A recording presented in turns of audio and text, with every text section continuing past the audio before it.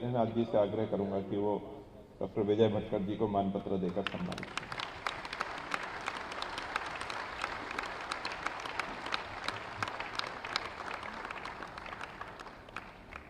धन्यवाद।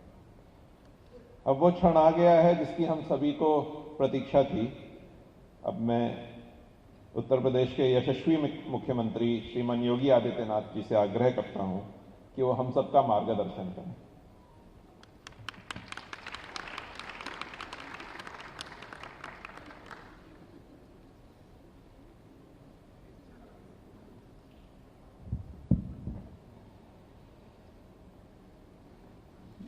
विज्ञान भारती के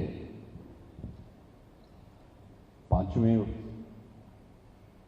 अधिवेशन के आज के इस कार्यक्रम में मंच पर उपस्थित राष्ट्रीय स्वयंसेवक संघ के अखिल भारतीय प्रचार प्रमुख और विज्ञान भारती के पालक अधिकारी सम्मान्य श्री सुनील आम्बेडकर जी, विज्ञान भारती के अखिल भारतीय संगठन मंत्री श्रीमान जयंत सहस्त्रबुद्धे जी, विज्ञान भारती के अखिल भारतीय अध्यक्ष डॉक्टर शेखर मांडे जी, निवर्तमान अध्यक्ष डॉक्टर विजय भटकर जी, अखिल भारतीय महासचिव प्रोफेसर सुधीर भदौरिया जी, डॉक्टर अब्दुल कलाम तकनीकी विश्वविद्यालय के कुलपति प्रोफेसर पी.के. मिश्रा जी,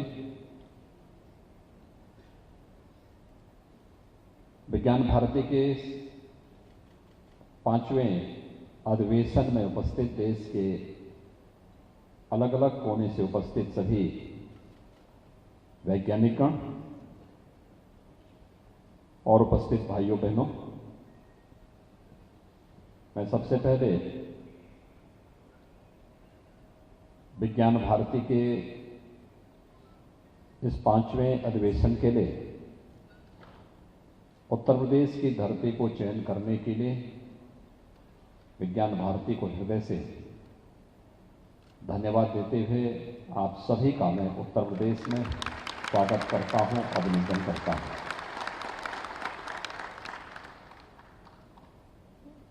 मुझे प्रसन्नता है कि भारतीय संस्कृति और परंपरा की आधार भूमि और उसका हृदय स्थल कहे जाने वाले उत्तर प्रदेश में स्वदेशी ज्ञान विज्ञान की इस परंपरा को आगे बढ़ाने के लिए निरंतर क्रियाशील और कम से कम पिछले 3 दशक से तो इस कार्य के साथ जो संस्था जुड़ी हुई है, ऐसे विज्ञान भारती की इस 5वें अधिवेशन का यहां पर आयोजन होना एक सुखद अनुभूति कराता है। मैं इस अवसर पर आप सबका हृदय से अभिनंदन करता हूं।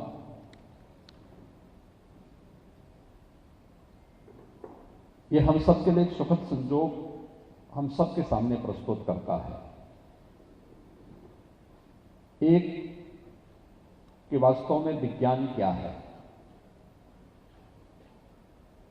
मुझे लगता है कि हम सबकी जो दृष्टि है, भारतीय दृष्टि है, किसी भी नए ज्ञान को हम विज्ञान मान लेते हैं और वो है भी विज्ञान। बहुत सारे लोग इस बात को सोचते होंगे कि विज्ञान भारती की आवश्यकता क्यों महसूस हुई, क्योंकि राष्ट्रीय स्वयंसेवक संघ जैसी संस्था का बृहदहस्त जिसे प्राप्त हो, ऐसी क्या आवश्यकता पड़ी। क्योंकि अक्सर लोग इस बात को सोचते हैं, सामान्य बुद्धि के लोग ये मानते हैं कि क्या राष्ट्रीय स्वयंसेवक संघ की दृष्टि वैज्ञानिक है, तो हम सब इस बात को मान सकते हैं कि हां, एक वैज्ञानिक दृष्टि से राष्ट्रीय स्वयंसेवक संघ देश हित में, समाज के हित में कार्य करती है। और दृष्टि इसलिए, राष्ट्रीय स्वयंसेवक संघ के संस्थापक डॉक्टर हेडगेवार जी स्वयं एक वैज्ञानिक थे, एक चिकित्सक थे। राष्ट्रीय स्वयंसेवक संघ के द्वितीय सरसंचालक जी सरदेव गुरु जी, वे एक वैज्ञानिक थे। राष्ट्रीय स्वयंसेवक संघ के अन्य जितने भी पूज्य सरसंघ चालक हुए हैं, वे सभी वैज्ञानिक दृष्टि से ओतप्रोत रहे हैं और ओतप्रोत हैं। ये अपने आप में एक वैज्ञानिक दृष्टि को प्रदर्शित करता है। दूसरा, भारतीय संस्कृति ने, भारतीय मनीषा ने कभी भी ज्ञान के विस्तार को और उसको अंगीकार करने के लिए कभी भी हमें कोई अवरोध सामने नहीं आने दिया। आनो भद्रा कर्तवो यंतु विश्वत, यानी ज्ञान जहां से भी आए उसके लिए अपनी दृष्टि को खुला रखो, यह भारतीय दृष्टि है। और मुझे लगता है कि अपने आप में इस बात को प्रदर्शित करता है कि भारतीय दृष्टि अपने आप में एक वैज्ञानिक दृष्टि है। आपने देखा होगा जब विज्ञान भारती की प्रार्थना हो रही थी, ओम पूर्णमदः पूर्णमिदं पूर्णात् पूर्णमुदच्यते का जब यहां उच्चारण हो रहा था, ये क्या था अपने आप में? यानी ये अपने आप में जब हम इस बात को कहते हैं कि भाई कोई फिजिकल रिएक्शन हो गया है या कोई केमिकल रिएक्शन हो गया है, सामान्य रूप से हम ये मानते हैं कि वह वस्तु नष्ट हो गई है। लेकिन भारतीय दृष्टि क्या कहती है इस मंत्र के माध्यम से? कोई वस्तु नष्ट नहीं होती है, उसका स्वरूप बदल जाता है। और यही तो वैज्ञानिक दृष्टि है। हमारी भारतीय मनीषा ने बहुत पहले इसके बारे में कह दिया था कि नहीं, कोई वस्तु नष्ट नहीं होती है, उसकी पूर्णता हमेशा बनी रहती है। और उस पूर्णता को बनाए रखने के लिए ही अपने आप में एक मंत्र पर्याप्त है कहने के लिए, जैसे विज्ञान भारती अपनी प्रार्थना के माध्यम से भी आपके सामने यहां पर प्रस्तुत की है। लेकिन इसमें बहुत कुछ अभी किए जाने की आवश्यकता है। मैं पीछे प्रदर्शनी में देख रहा था, अनेक भारतीय वैज्ञानिकों की दृष्टि इसके साथ जुड़ी हुई है। मैं यहां पर देख भी रहा था, जो भारतीय कैलेंडर को भी देख रहा था मैं, अंग्रेजी ईस्वी सन को भी मैं देख रहा था वहां पर। हम लोग हमेशा इस बात को देखते हैं, हम जब वैसे भी वर्ष प्रतिपदा का आयोजन करते हैं राष्ट्रीय स्वयंसेवक संघ के माध्यम से, प्रतिवर्ष इसे नव संवत्सर के रूप में मनाने की एक नई परंपरा का शुभारंभ भी किया गया। सामान्य बोलचाल और हमारे सामान्य रीति रिवाजों में हम विक्रम संवत के अनुसार पंचांग पद्धति के साथ ही अपने कार्यक्रम, अपने मांगलिक कार्यक्रम, अपने सभी सामान्य कार्यक्रमों का आयोजन करते हैं। और एक बार देखें तो हम दो प्रकार के उसमें रहते हैं। सरकारी कामकाज को हम हिंदी यानी अंग्रेजी तिथि के अनुसार करते हैं, लेकिन अपने घर के कार्यों को, मांगलिक कार्यक्रमों को या कोई भी अन्य शुभ कार्य का शुभारंभ हम लोग अपने पंचांग के अनुसार, भारतीय पद्धति और अपने विक्रम संवत की तिथि के अनुसार ही उस कार्यक्रम को, उसका मुहूर्त निकालते हैं, उसके अनुसार तिथि तय करते हैं और फिर उस कार्यक्रम को आगे बढ़ा करके उस शुभ के अनुसार ही करते हैं। आखिर अंग्रेजी तिथि और विक्रम संवत की जो हमारी पंचांग तिथि है, इसमें अंतर भी क्या है? अगर आप देखेंगे, अंग्रेजी जो तिथि है इसमें वैज्ञानिक दृष्टि नहीं है, लेकिन विक्रम संवत इसमें वैज्ञानिक दृष्टि है। अंग्रेजी तिथि में कोई भी मुहूर्त कौन कब हो रहा है उसका कोई निश्चित तिथि नहीं है। सूर्य ग्रहण कब लगना है और चंद्र ग्रहण कब लगना है, ये तिथियां बदलती रहेंगी। अंग्रेजी उसमें अगर आप उसमें देखेंगे तो उसकी तिथि बदलेगी। लेकिन अगर आप पंचांग के अनुसार देखेंगे तो पूर्णिमा के दिन ही चंद्र ग्रहण होगा और अमावस्या के दिन ही सूर्य ग्रहण होगा, उससे इतर नहीं हो सकता। लेकिन ये हमारे ऋषि मुनियों ने बहुत पहले इस बारे में बता दिया था। 500-500 वर्षों का पंचांग आपको देख सकते हैं लोगों के पास। यह अपने आप एक वैज्ञानिक दृष्टि है। केवल मनुष्य और प्राणी में ही संवेदना नहीं, बल्कि हरेक जंतु में भी, पेड़ पौधों में भी संवेदना है। यह भी एक भारतीय वैज्ञानिक ने, जगदीश चंद्र बसु, जो स्वतंत्रता संग्राम सेनानी भी थे, उन्होंने यह दृष्टि दुनिया को दी। एटम क्या होता है, यह दृष्टि भी भारतीय एक दार्शनिक ने, महर्षि कणाद ने सबसे पहले अपने वैशेषिक दर्शन के माध्यम से इस भाव को सबके सामने प्रस्तुत किया था। आज हम गॉड आर्टिकल की बात करते हैं। आखिर गॉड आर्टिकल क्या है? आत्मा की नश्वरता। ये भारतीय ऋषि बोल चुके हैं, और महाभारत में तो आपने देखा होगा, जब गीता का उपदेश भगवान श्री कृष्ण अर्जुन को देते हैं तो ये आत्मा के बारे में ही तो कहते हैं, ये हर काल, हर देश, हर परिस्थिति में रहेगी। इसको अग्नि नहीं जला सकती है, कोई इसको मार नहीं सकता, कोई इसे काट नहीं सकता है, तो मरने से क्यों डरते हो? अर्जुन को यही तो भगवान कृष्ण कहते हैं। केवल उसका रूपांतरण होना है। दुनिया आज उसको ढूंढ रही है।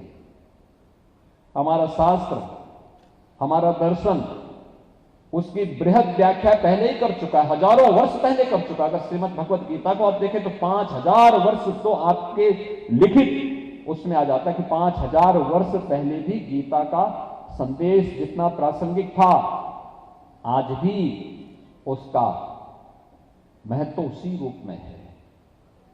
लेकिन हम पिछड़े कैसे? क्योंकि हमने अपने ज्ञान को धार्मिक दृष्टि से तो अंगीकार किया, लेकिन उसका जो व्यावहारिक स्वरूप होना चाहिए था उसको अंगीकार करने का प्रयास हम लोगों ने इस रूप में नहीं कर पाए। आज भी मैं देखता हूं, हम अपने आसपास घटित होने वाली घटनाओं को देखते हैं, सब कुछ करते हैं, लेकिन उस पर नोट करने और लिखने की आदत नहीं है, डाटा कलेक्शन करने की आदत नहीं है। बड़े बड़े संस्थान हमारे बन गए हैं, लेकिन इन संस्थानों के अंदर डाटा कलेक्शन की आदत नहीं है, किसी कार्य को वैज्ञानिक दृष्टि से देखने की आदत भी नहीं है।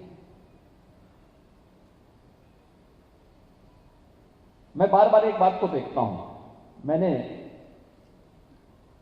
पूर्वी उत्तर प्रदेश में गोरखपुर और उसके आसपास के जनपदों में वो बीमारी ज्यादा थी, और प्रदेश के लगभग 38 जनपद उस बीमारी से प्रभावित थे, जिसमें हर वर्ष जुलाई से अक्टूबर के बीच में 1,500 से 2,000 बच्चों की मौत होती थी, और ये मौतें 4 दशक तक चलती रही। अब आश्चर्य करेंगे कि 4 दशक में जिन मौतों के लिए कोई बेहतर प्रयास मेडिकल साइंस की दृष्टि से नहीं हो पाया, स्थानीय स्तर पर कार्यरत तमाम अन्य संगठन नहीं कर पाए। हमारी सरकार ने उस बीमारी के उपचार के लिए नहीं, उसके प्रबंधन के लिए मात्र 4 वर्ष में उस बीमारी से 95% मौतों को नियंत्रित किया है। 95% मौतें आज वहां कंट्रोल हुई हैं। अलग से कोई बजट का प्रावधान नहीं किया, बजट हर विभाग के पास पहले से था, लेकिन हम लोगों ने उन सबको जोड़ा है, आपस में जोड़ करके, और ये देखने का प्रयास किया कि वास्तव में इसका कारण क्या है।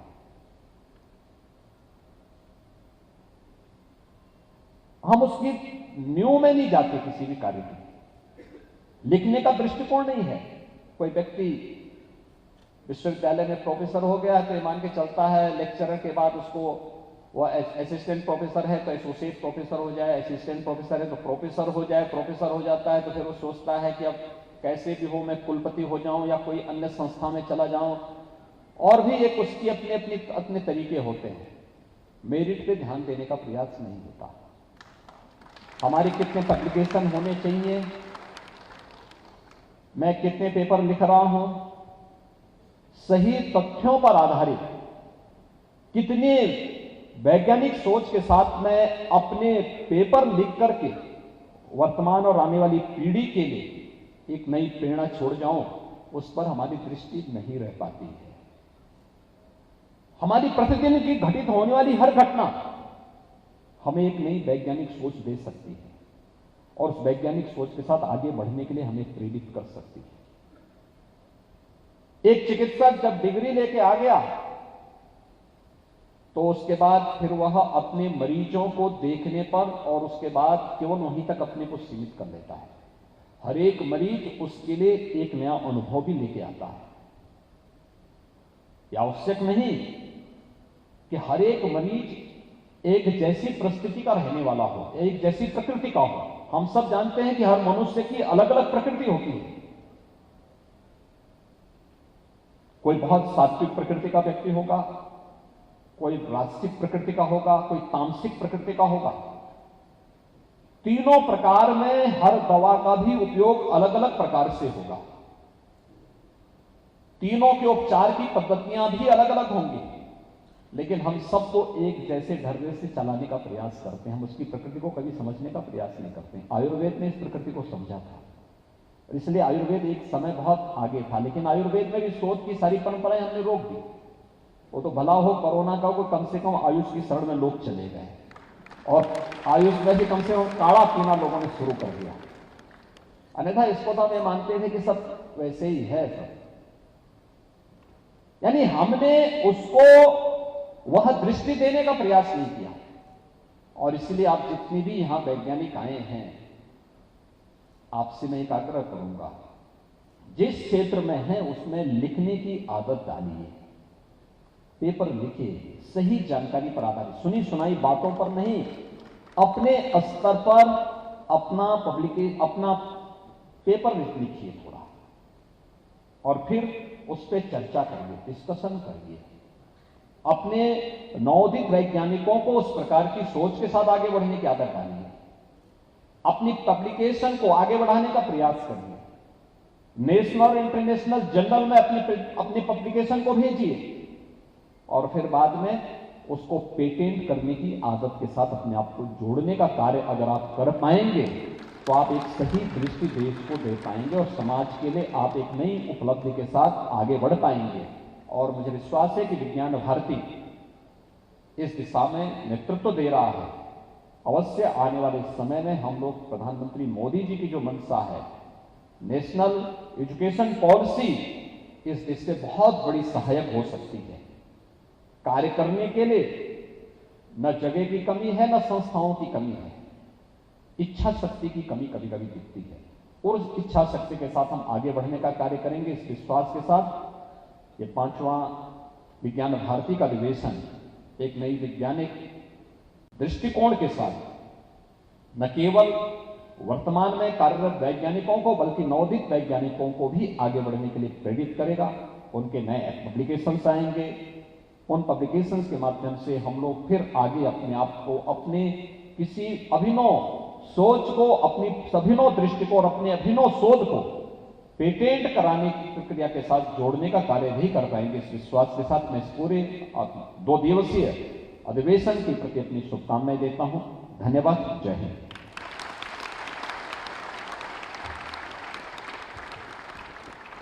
धन्यवाद श्रीमान योगी आदित्यनाथ जी। आपके मार्गदर्शन का हम सभी को निश्चित ही बहुत लाभ होगा और मैं आपको विश्वास दिलाना चाहता हूं कि हम आपकी अपेक्षाओं पर खरे उतरने के लिए पूर्ण प्रयास करेंगे। कार्यक्रम के अंतिम चरण के रूप में मैं विज्ञान भारती के अवध प्रांत के अध्यक्ष प्रोफेसर सरोज बारिक जी को औपचारिक रीति से धन्यवाद ज्ञापन के लिए आमंत्रित।